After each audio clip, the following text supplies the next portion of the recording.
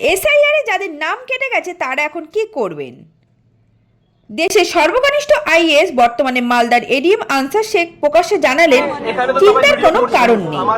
যাদের যাদের নাম কেটে গেছে এ বিষয়ে আনসার শেখ বললেন কি কি করণীয়।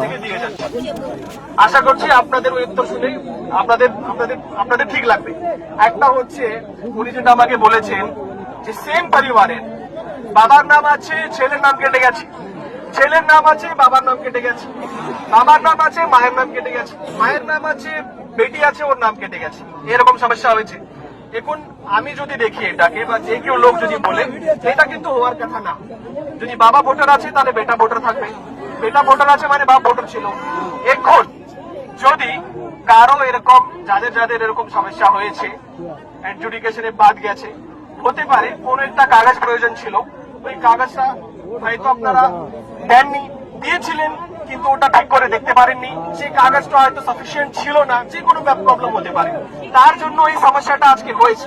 আমি এক একটা করে প্রশ্নের উত্তর দেবো, সব প্রশ্নের উত্তর শুনবেন কিন্তু মাঝখানে কেউ বলবেন না। এখন এটার সলিউশন কি আছে?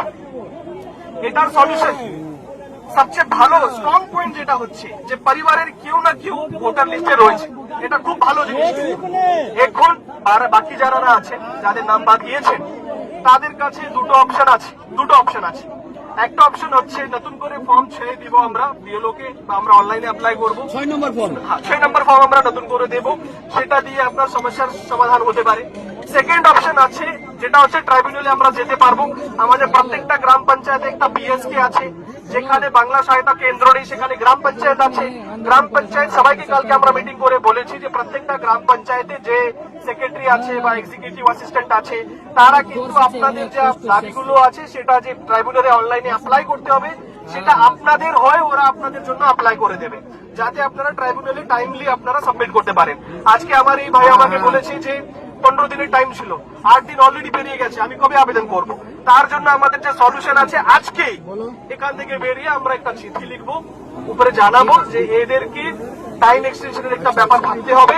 আর সেকেন্ড হচ্ছে যেটা বলেছে যে ডিলিট হলো, আরেকটা আমার ভাই আমাকে বলেছে যে কেন বাদ গেলাম সেটা আমাকে জানাতে হবে। আমি তো সব ডকুমেন্ট দিয়েছিলাম, লাইনে দাঁড়িয়েছিলাম, আমার হিয়ারিং হয়েছিল, ছবি তোলা হয়েছিল, তা সত্ত্বেও আমার নামটা কেন বাদ গেল এটা কিন্তু জানাতে হবে। এই রিজনের জন্য আমরা চিঠি করব, একটাই চিঠি করব, তার মধ্যে বলে দেবো সবাইকে কারণ যাতে জানানো যায়।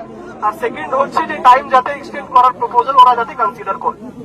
তারপরে আমার এই ভাই আমাকে বলেছে যে একটা বুথে 750 জনকে উনি চিনেন, যাদের নাম বাদ গেছে কিন্তু ওরা সব ডকুমেন্ট দিয়েছিল, তাহলে ডকুমেন্ট দেওয়ার সত্ত্বেও কেন ওদের নাম রিজেক্ট হলো?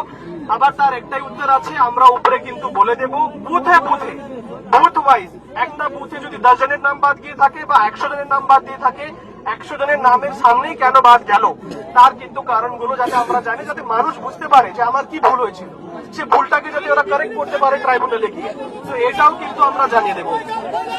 তো এর বাইরে কিন্তু দেখুন, প্রশাসন হিসাবে আমরা আপনাদের গার্জিয়ান আছি, আমরা আপনাদের জন্য কাজ করি। আপনাদের প্রবলেম হয়েছে, প্রবলেমের সুরাহা করার জন্য আমাদের সহযোগিতা লাগবে। এখন আপনারা বলুন আর কি করা যায়? এই যে আমি আপনাদেরকে বললাম, এর বাইরে আর কিছু করার নেই আপাতত। এখন আপনাদেরকে যা রিকোয়েস্ট শুরু থেকে করছি, আপনাদের যা প্রশ্ন থাকবে, যা সমস্যা থাকবে, আমরা, আমার নাম শেখ আনসার আহমদ, আমি এখানে আছি, আমার সাথে আপনাদের এসডিও ম্যাডাম আছে, বিডিও সাহেব আছে,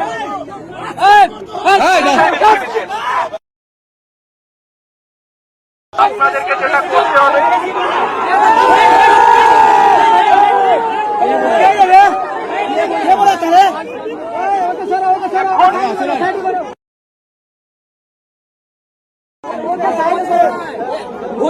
আগে কি বলছে শুনতে দাও, আগে কি বলছে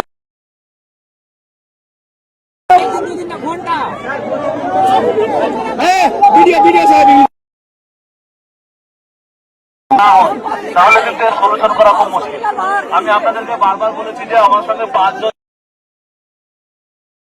এটা চিঠি লিখিয়ে আমরা উপরে পাঠাবো, সামনে থেকে বসি।